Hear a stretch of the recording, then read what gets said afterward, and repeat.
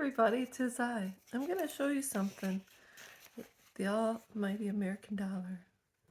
What does it say on there? It says, "In God we trust." And I thought about this today. I think throughout the years of parental estrangement, it's been going on for a decade and a half for me. I found many different ways to cope. And they weren't all in positive and healthy ways because initially the way I coped was probably not the healthiest for me or everyone around me. But eventually, as I accepted it and decided to recreate my life without my children and create a new existence, I have found different ways to help me keep moving forward. And I thought about this today, and you'll get sparks that allow you to keep moving forward in your life if you're in the same position I am. Initially, when it happened, I went kicking and screaming, "These are my daughters. I have rights to know, and I'm the mom." And when I realized I don't have rights over other adult human beings unless I'm deemed their guardian because they're incapable of taking care of themselves, I had to decide to let them go. And I could say it's unfair, how dare they? But in all essence, they don't really owe me anything. I brought them here. I took care of them and I sent them out into this world, or they chose to go out into this world on their own. So I thought about this, and this might give you some peace. Our country was founded on God. It's on our money. It's everywhere. Christmas, Easter, at churches, on a lot of corners.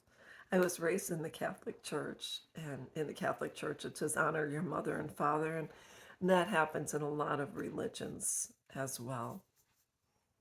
But I thought about this. I might have repeated myself. If this country was founded on God, and if you look at a majority of headstones, when someone passes away, it'll have a cross or a picture of Jesus or anything to do with heaven. Now he's up in heaven. I think a majority of people believe they're going to heaven, regardless if they're Catholic, Protestant, Lutheran, etc. I think everyone's goal one day is to go to heaven and be reunited with loved ones.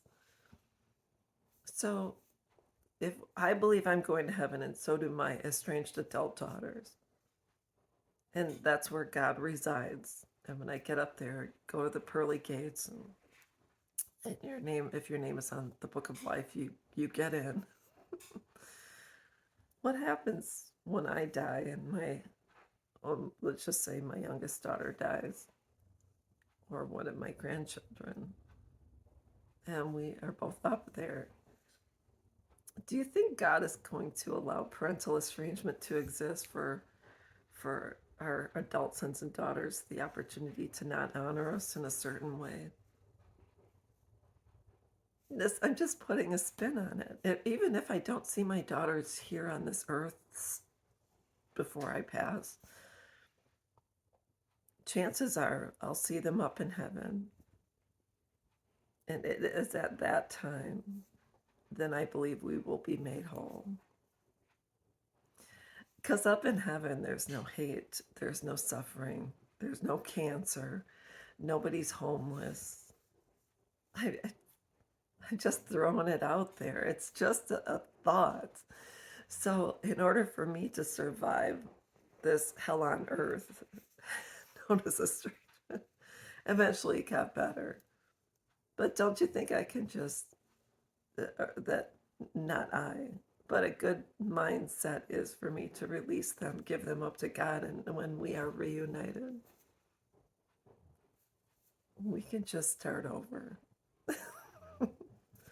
I will meet my grandkids. They will get to know me as their grandma. And then we won't even have to talk about this because it's it won't even be brought up. We could start anew on God's platform, not ours. So I just thought about that. So you know what we have to do? In God we trust. And if you reunite with your adult sons and daughters beforehand, as long as it's healthy, I say go for it. But until then, release it, let it go, and give it up to Him. That's all I've got to say. Bye.